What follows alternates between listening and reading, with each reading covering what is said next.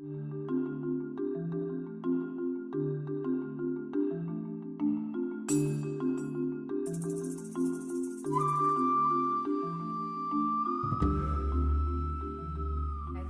name is Christy Osler, and I am a sophomore. I'm 20 years old in Boston University's College of Communication.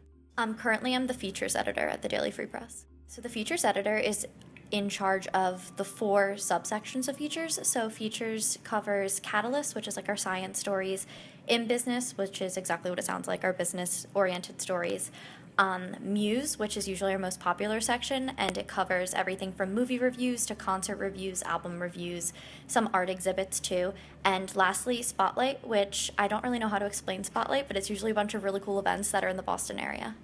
I started writing with the so this is my 3rd semester, so 2nd semester freshman year. I was actually writing for news, and I just came on as a news staff writer, and I thought that's what I wanted to do, and then I was like, I don't really like this as much, and all those feature stories sound really cool, so I actually moved up from a news writer to a campus news associate, and then from there I was like, I want out of news, I really want to do features, so then I moved up to features editor. So totally student run from our executive board, which is usually like editors of past and present, into like our editorial board, so editor-in-chief all the way down to a staff writer, all students.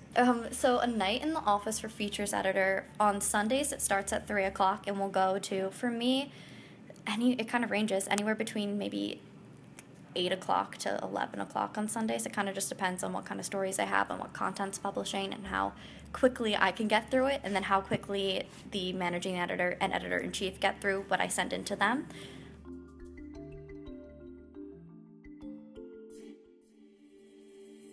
My name is Marielle Carricker. I'm 19 years old. I am in comm studying journalism. I wrote for the news section. My duties as a news writer were to come to pitch every week. There was, we had to come with, I believe, 3 pitches that had to do with either like Boston, like within the city, or BU as a campus, and then we would be assigned typically around 1 story a week just because of the way stories were assigned. There were no faculty members editing my stories at the Daily Free Press because the Daily Free Press is entirely student run, so my articles were edited by my editors who were also BU students, most likely journalism students as well.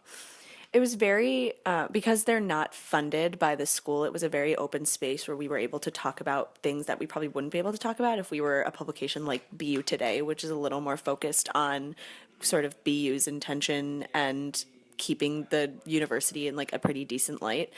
So whereas like we could report on pretty much anything that popped up in a more objective way. So again, there's a pitch meeting every week, but it's different than news. It's more content focused as opposed to just like, here are news stories about campus versus city. So there's Catalyst stories, which are about science, and then there's In-Biz stories, which are about business, and then there's Muse stories, which are more music and movies. And so each editor for each section will sort of rattle off the pitches for the week, and you can pick and choose what works for you. So if you're able to go to a screening, you can go to a screening. If you're able to do an In-Biz story, which typically, or a Spotlight story, which is stories sort of about like the city, events that are happening in the city, which would require interviews and maybe a little bit more time because you'd have to go to an event and get the interviews done.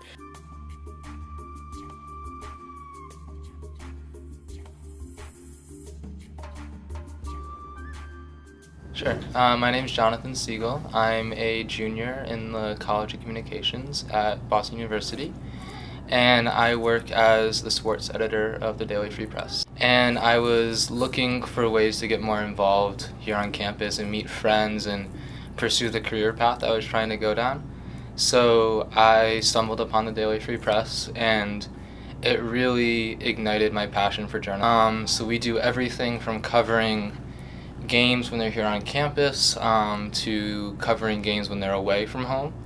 I interact from Monday, sometimes through Saturday nights, late after games are wrapping up. It's a little more commitment than I think most student clubs are demanding of their participants. Deadlines in the professional world, they aren't flexible.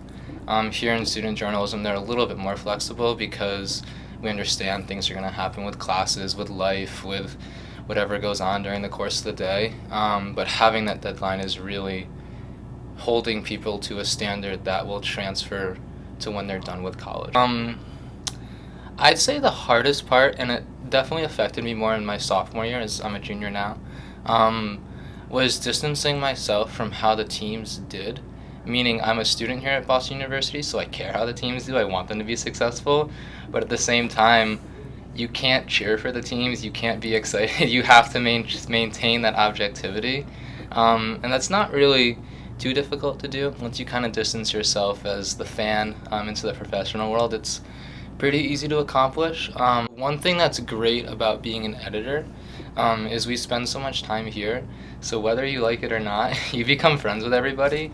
You're spending upwards of sometimes 50, 60 hours a week here. And when you're with someone for that amount of time, you're going to get to know their friends, their family, everything that happens in their day, because you're the first person they tell when something great happens and the first person even quicker when something bad happens.